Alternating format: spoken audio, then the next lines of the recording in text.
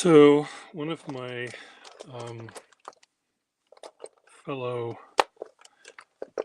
folks, watchers, viewers, uh, listened to me talk about the filling system and wanted to see me do a video about that. So, I'll do that right now. This, we'll start with, oh, I'm sorry, I'll do this.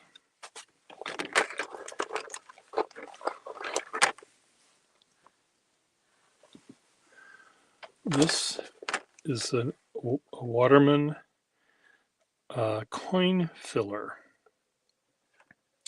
So it looks like it's missing its lever, but it's not. How can you tell it's just not missing a lever? Well, you can. Just take it from me, you can. Okay, I'll tell you why. The lever has more of a circular area cut out of the hard rubber. This is coin filler, and this is a Waterman coin, an actual true to life, not a reproduction. There's its number 8847.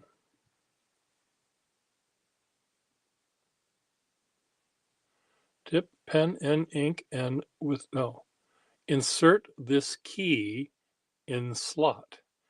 Dip pen in ink and withdraw the key. So you would put the key into the slot. The rubber sack is hard. One of my fellow pen collectors said, my rubber sack is ossified, and Otto Yang, MD, who didn't like the person that said that in the first place, said, well, blank, blank. The blanks are the person's name that I will not repeat here. So your rubber sacks turn to bone, do they? That's what ossification means. You could have said petrified, which meant the rubber sacks turn to stone. They just get hard. So this is a coin filler. You didn't need to actually buy a coin. One thin dime would have done the trick, perhaps even a fat nickel. So anyway, this is a coin filler and its key.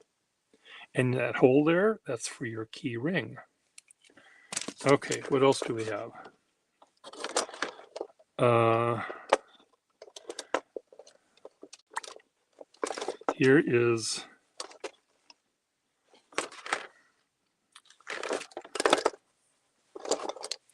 Here are two. Here's a coin or match filler. So you see that hole has a hole and a slit, meaning this match can press down on the sack, or a coin can press down on that. So this is very versatile. Let's say you were penurious, hard up in Queer Street, didn't have a coin to your name, and you didn't smoke. But if you had this pen, whatever this pen is, it comes with its own match. That little stump that you press down on the little hole there. So these are match fillers for non-smokers. And here's another one. This is so cool. So you take off the blind cap, and here's the match stick, And what's neat about this one is the inside, you can't really see it, but there's a little spike that sticks up that will fit into this thing to make that one work. This is an Eclipse pen. No, I can't see it. Where's my... It is an Eclipse pen.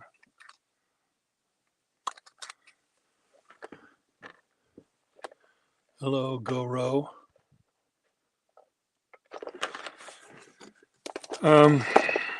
This is a Crocker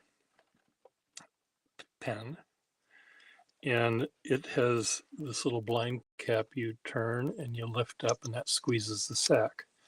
In this part of the thing you turn, the name for that very thing, according to the instruction manual, is a nifty nut.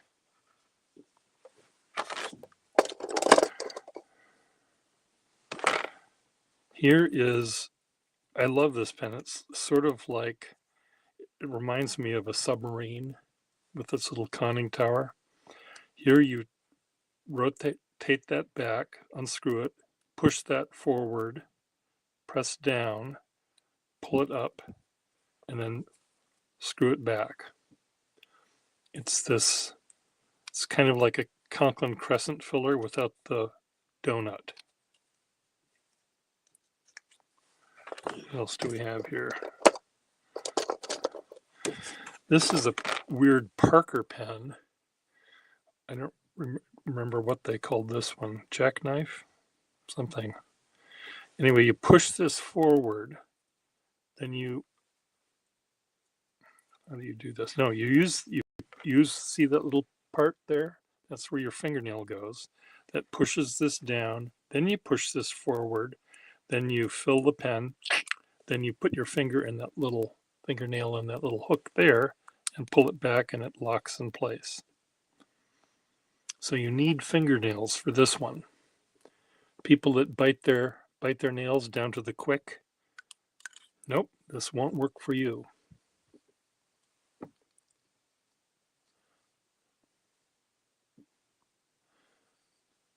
They're also stressful. You think these are stressful?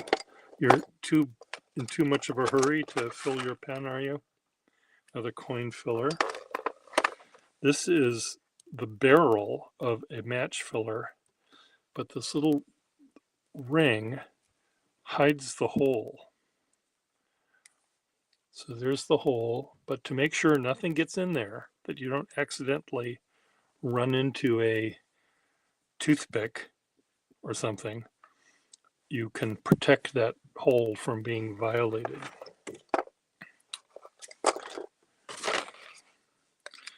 This is a favorite filling system of mine, but I don't own a... I do have a complete one. It's in the other drawer. I'll get to it in a second. That's another... What is this one?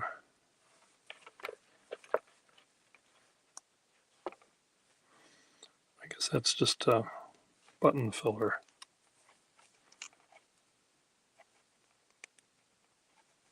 No, this is a rocker filler. This is to fill it, you turn the knob like that, and that squeezes the sack. So it's sort of like an on-off switch.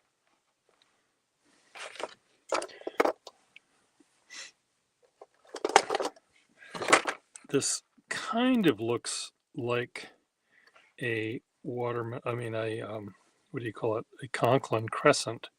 It's called the Click-It. So you unscrew it, put it in the ink. You unscrew this somehow, for some reason, I forget why. And then you rotate this thing, and the sack again is broken, hard here, so it doesn't work. But this rotates, and the little tweezers come and squeeze the sack, and it clicks when it's back in position. So it's called a Click-It pen.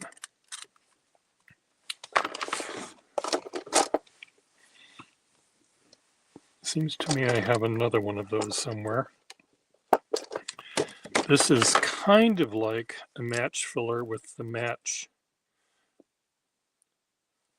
all was ready. So if this were in place, this knob would stick up through the top of the pen here, side of the pen, and then you would move this locking ring to open, press it down, then lock it again.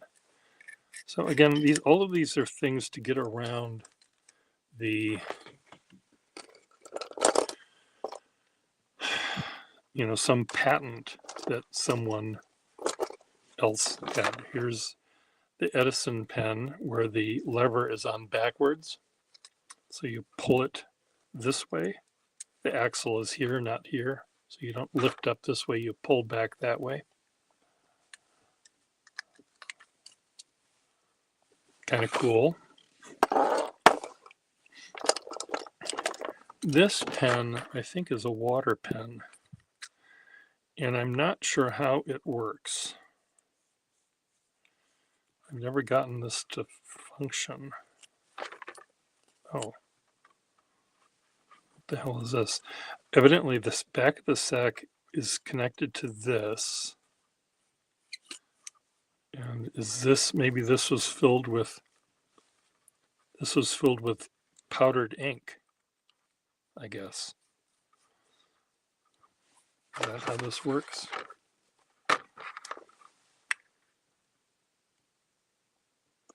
It's a Camel cartridge. It's a Camel pen. So this is a cartridge.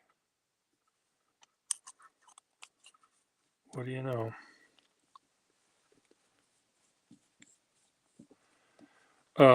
It could have used a tablet. Yeah, I mean, not this particular one. This came with a cartridge. This is an AA Waterman where you twist the sack. It was like wringing out a washcloth.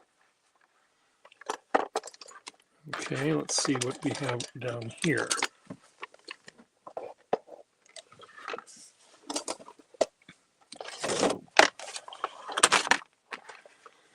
This is a Sterling pen, and it's a joint filler. So rather than having the pen screw together here, you unscrew this and you fill it up this way and then screw this whole thing back in. And evidently, maybe this made it less likely for the ink to make its way out through this gap because it had all that distance to go if it leaked. I'm not sure.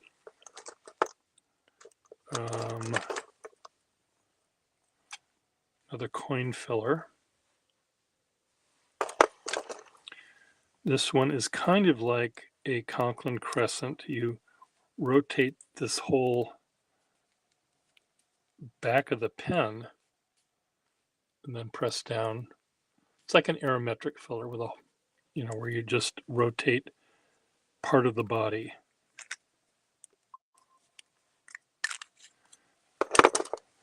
This one is like a Conklin crescent again. This is connected to the pressure bar. To turn it, you rotate the back here somehow. Somehow you rotate the back. Why isn't it rotating? Some of this is supposed to turn, and that will allow you to press down on this. This is called a hatchet filler. So it was a lever, essentially. You lift this up, and then you press down here.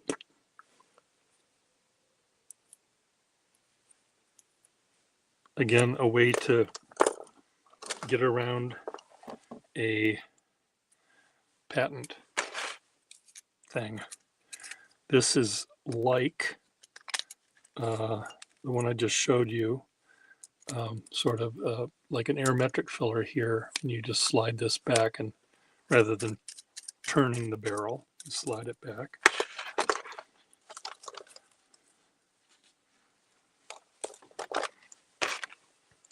This is a more safety pen. where you fill it with an eyedropper. It's just, this is kind of neat because in order to take the cap off, you have to hold the barrel with your fingers. Otherwise, it'll just keep turning. So this is supposed to be an improvement. An Evans pen, like the Conklin Crescent, you have a ring, locking ring, and you have the push thing, and you rotate this so that this thing can then get moved forward and pushed down. Another match filler with a locking ring with the match included. Pretty sweet.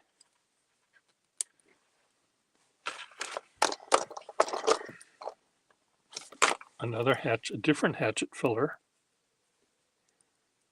This one has extra metal on either side of the hatchet ring. Hey Kim, how are you?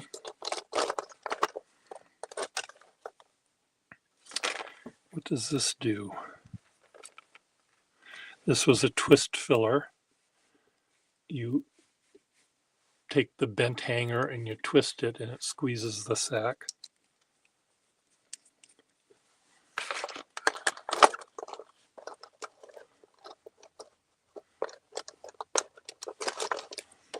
Another very complicated match filler with a locking device here. This is hard rubber with a little slit in it. Pretty cool.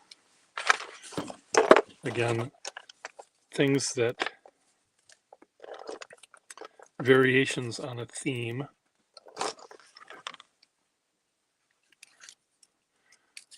Another one here. One of these was called the snap filler or something. I don't know why it didn't snap or do anything. Another one here with the hole.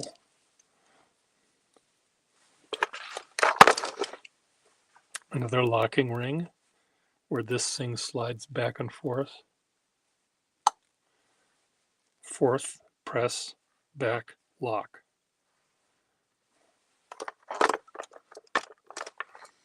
Here's the Rider pen. The reason it has a clip like this is you use this clip to catch onto that, pull the feed out, and fill it that way. And then put the feed back. And the feed is triangular in shape, so it only goes in one way. They're really cool pens. I have two. This is a cartridge pen, John Hancock cartridge pen, and the cartridges were brass. Yeah, it's a long feed on those. Another backwards lever. Oh, this is the lever is backwards. You see what that hole is there for? That allows you to press down and hurt your finger at the same time. It does two things. It hurts your finger and fills your pen. This one is an eyedrop filler, but what's cool is up here, this little top unscrews, and I believe this had the ink pellets on the inside. So you drop a pellet in, add water, and write your letter to your mom from the trenches in World War I. What does this say? Ink tablets, unscrew top, patent pending. Who made this pen?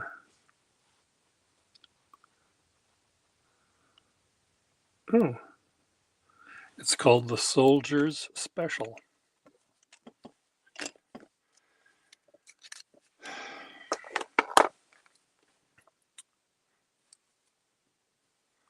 Here's another match filler where the top of the lever is kind of flush with the barrel. Matching coin filler. Oh, another lever. How many times do we have to reinvent this? Well, it's not a lever yet. In fact, I don't know if it ever is a lever, but you pull this out, then you put that down, and then you press, and that squeezes the thing. Who made this contraption, I wonder?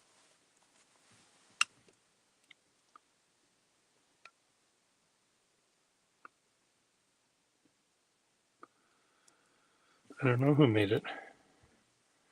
Their patent dates. What is this? Another Sterling joint filler. Built-in finger lancet. Seems to me there's another pen I have here somewhere. I wish I knew where it was. It had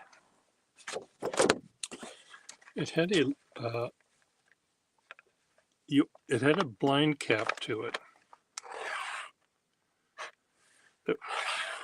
that was real. Here's the point, is here somewhere. Threads for the cap. Then it had a blind cap that was really, really long. No, I'm lying. It's in this drawer somewhere. It was a blind cap that was maybe this long. And then in this was a stick that had a little axle there. You could rotate that out there and make the stick longer. And then you pressed down. And when I looked to put a new sack on it, the sack was shaped like a accordion bellows. The sack looked like that.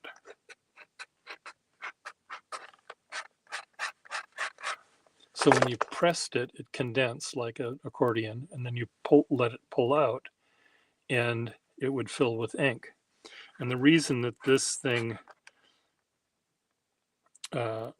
you can make this big thing bigger, you had to really push this thing all the way down like this. If that wasn't there, you'd only push it down halfway. So now let's see if I can find that, because it's really cool. And it should have, if I remember correctly, it should have what looks like, a blind cap that looks like that. It's kind of big. So I'm looking for a blind cap that looks big. These are directions on how to fill one of the pens, and every time I look at it, it falls apart even further without me even touching it. This is a held pen. This one, I don't know how the hell you did this one. I forget. Okay, let me look at this other tray again. Hopefully I have it here. I might have placed it somewhere else. And when I place things somewhere else, I might as well just throw them out the window, because I never remember where they go.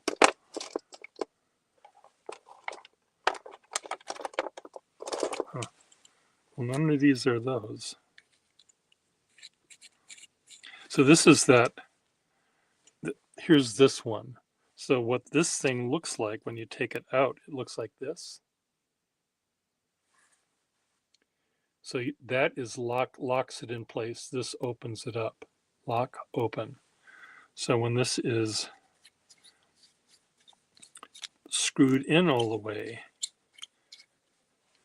it should be locked, which it is. You unscrew it a half a turn and it goes down. Ta-da.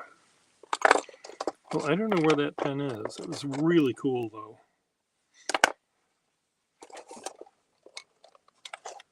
If I don't have it here, where would I have it?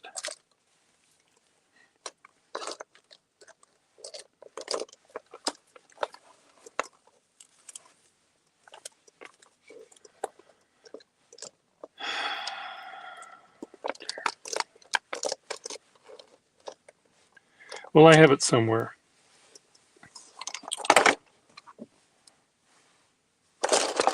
Where's my Waterman coin? Where's my coin?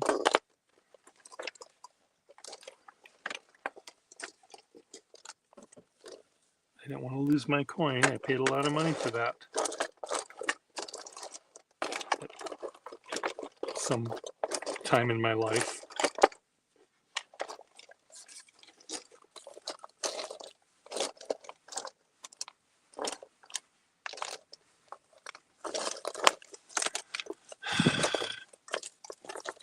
Well, it has to be here somewhere.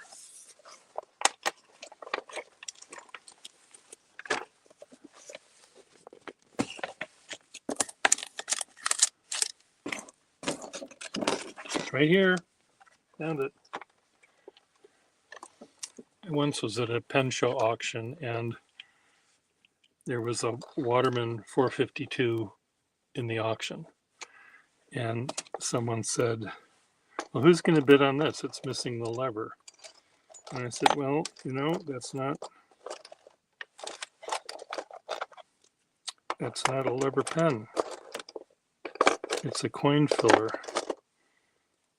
And so it sold for hundreds of dollars rather than 75 bucks or whatever, 50 bucks, whatever they were selling for a missing lever. So I don't know where that pen is, the one that I wanted to show you.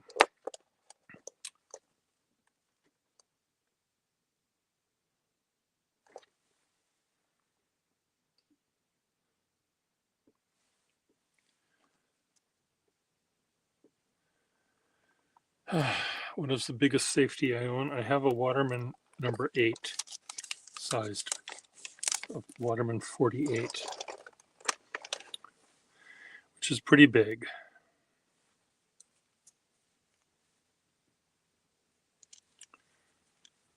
Should I show it to you? You want to see my big number 8?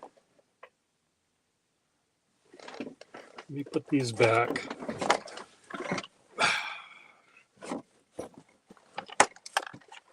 Maybe I can find that weird one.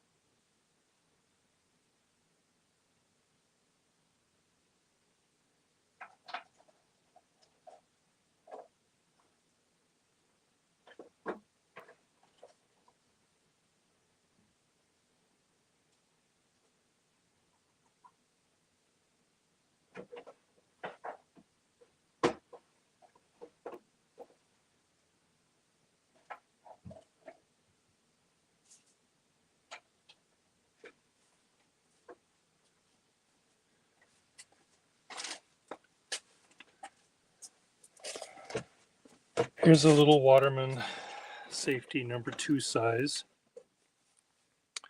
Did they call this a baby or what?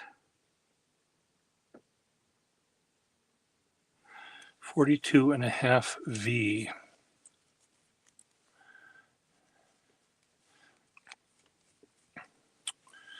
And it should be maybe 442.5 V since it's sterling overlay. Number 2 size. Number 8 size.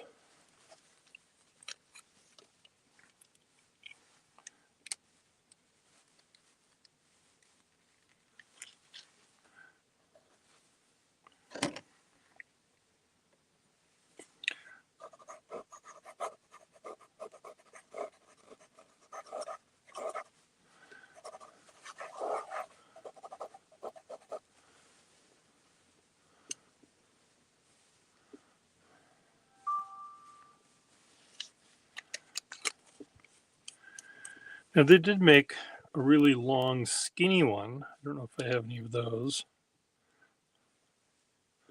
Hello, Ms. Marilyn.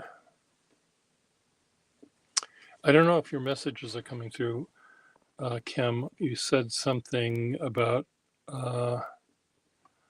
why not just stick with the safety pen.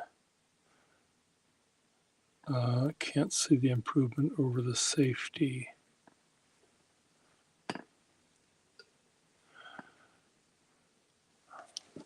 I don't know right now what we were talking about. That Moore that had that special way to unscrew the cap, I don't think was necessarily a safety element. Well, I do know what one of the reasons was. Okay, so here it is. And I'm not going to go get that thing out, but if you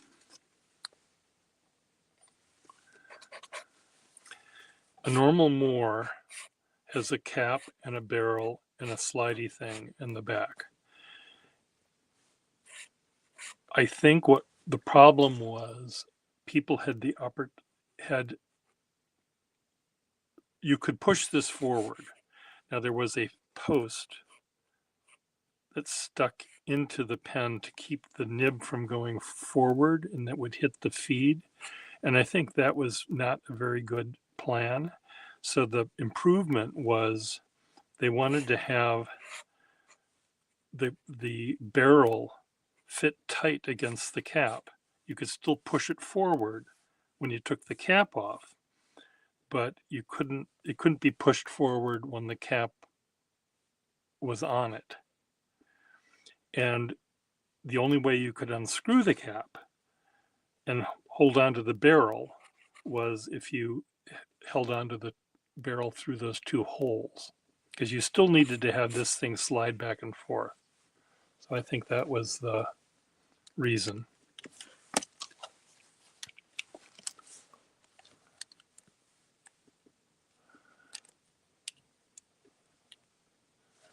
I'm trying to see what.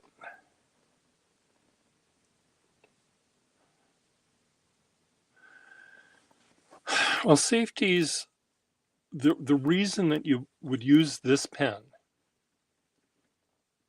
or this pen and you couldn't use this pen was this pen and other safeties could hold India ink. Actual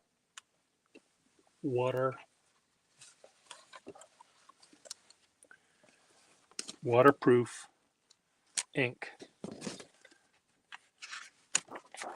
See? Have you bought your artist special? So India ink will not corrode on the pen or dry in the barrel. So that's what this pen could do. This could write with India ink. Other Waterman fountain pens or any other non-safety pen where the nib wasn't submerged in the ink when it wasn't being used would dry out and you'd be screaming.